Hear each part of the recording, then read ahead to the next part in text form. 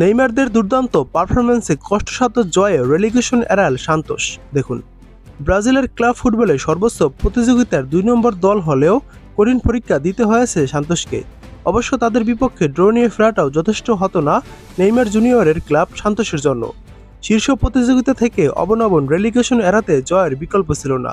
রুদ্ধশ্বাস ম্যাচে ৯০ মিনিটের পর যোগ করা সময়ের গোলে ১-০ ব্যবধানে সেই সমীকরণ মিলিয়েছে সান্তোস।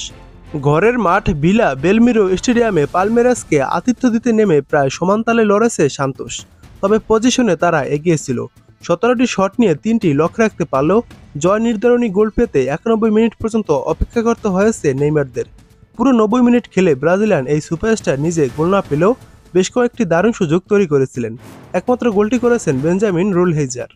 শুরুটা ভালো ছিল পালমেরাসের, এরপরই সান্তোস ধীরে ধীরে ম্যাচের লাগাম নিয়ন্ত্রণে নিতে থাকে।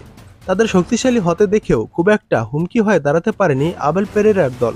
বিরতির আগে বেশ কয়েকটি সুযোগ ফিনিশিংয়ের ব্যর্থতায় কাজে লাগাতে পারেনি নেইমাররা। গোলবারের উদ্দেশ্যে ব্রাজিলের এই রেকর্ড গোলদাতা জোরালো শটও প্রতিপক্ষ ফুটবলারের পায়ে লেগে দিক পাল্টে যায়। দ্বিতীয়ার্ধে ডেডলক ভাঙতে মরিয়া হয়ে ওঠে উভয় পক্ষ। আক্রমণ পাল্টা আক্রমণে অবশ্য কেউই জালের দেখা পাচ্ছিল না। উত্তেজনাও ছড়িয়েছে শেষ দিকে। এরই মাঝে গোলশূন্য সমতার দিকে ছুটছিল ম্যাচ।